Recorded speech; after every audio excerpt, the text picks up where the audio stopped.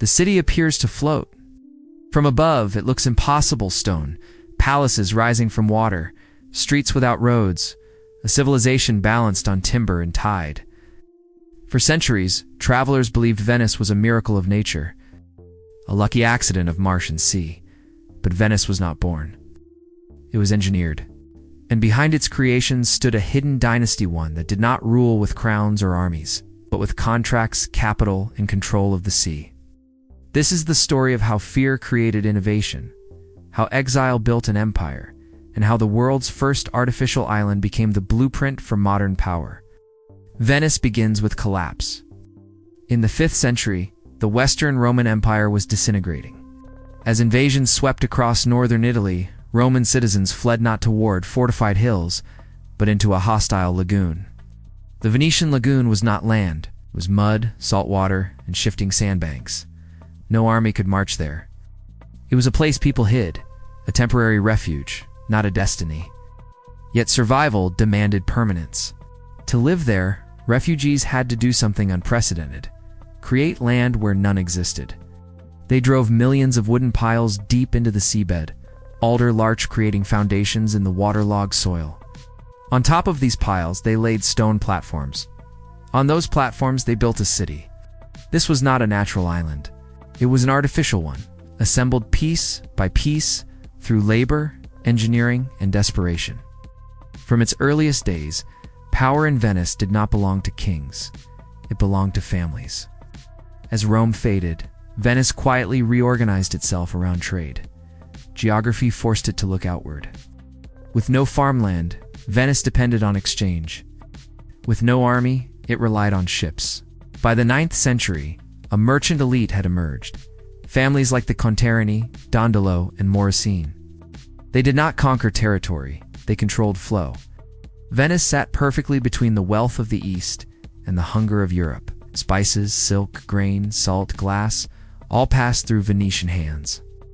And every transaction made the lagoon city stronger. This elite didn't build castles. They invested in docks, shipyards, accounting systems, and insurance contracts. Venice became less a city and more a machine, an economic organism floating on water. At its heart was the arsenal, the most advanced industrial complex of the medieval world. It employed thousands.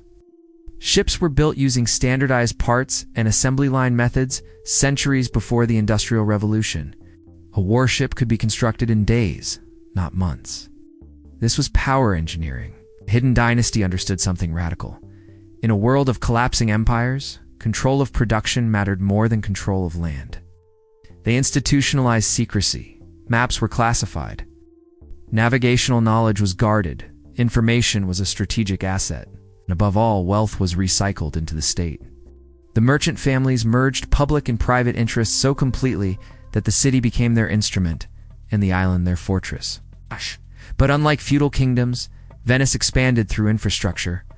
As it grew richer, it reshaped its environment, further redirecting canals, reinforcing shorelines, stabilizing marshes. The lagoon itself was managed like a balance sheet. Venice pioneered maritime law, international contracts, and early banking. Merchants pooled capital for voyages, sharing risk and reinvesting profits. This system created resilience. While kingdoms rose and fell, Venice endured for over 1,000 years. Not because it was invincible, but because it adapted faster than its rivals. And adaptation required unity. So in 1297, the ruling class closed itself off. Political power became hereditary. The merchant elite formalized its rule. No king, just continuity. The artificial island insulated power physically and socially. But no system escapes time. By the 16th century, the world was shifting. Atlantic trade routes bypassed the Mediterranean. New empires emerged. Capital flowed elsewhere. Venice remained wealthy but no longer central. The same structures that once protected it now constrained it. In 1797, Napoleon ended the Venetian Republic. The dynasty vanished from power, but not from history. Because Venice left something behind far greater than its walls, a template. The artificial island was not just an engineering achievement. It was a philosophy. Create your own ground. Control your environment. Build systems instead of thrones.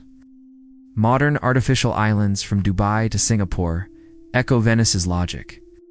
So do financial hubs, free trade zones, and digital marketplaces. They are all spaces engineered to control flow. Venice proved that geography could be manufactured, that sovereignty could be economic, and that dynasties don't need crowns to rule. The hidden dynasty behind the world's first artificial island understood a truth that still governs our world.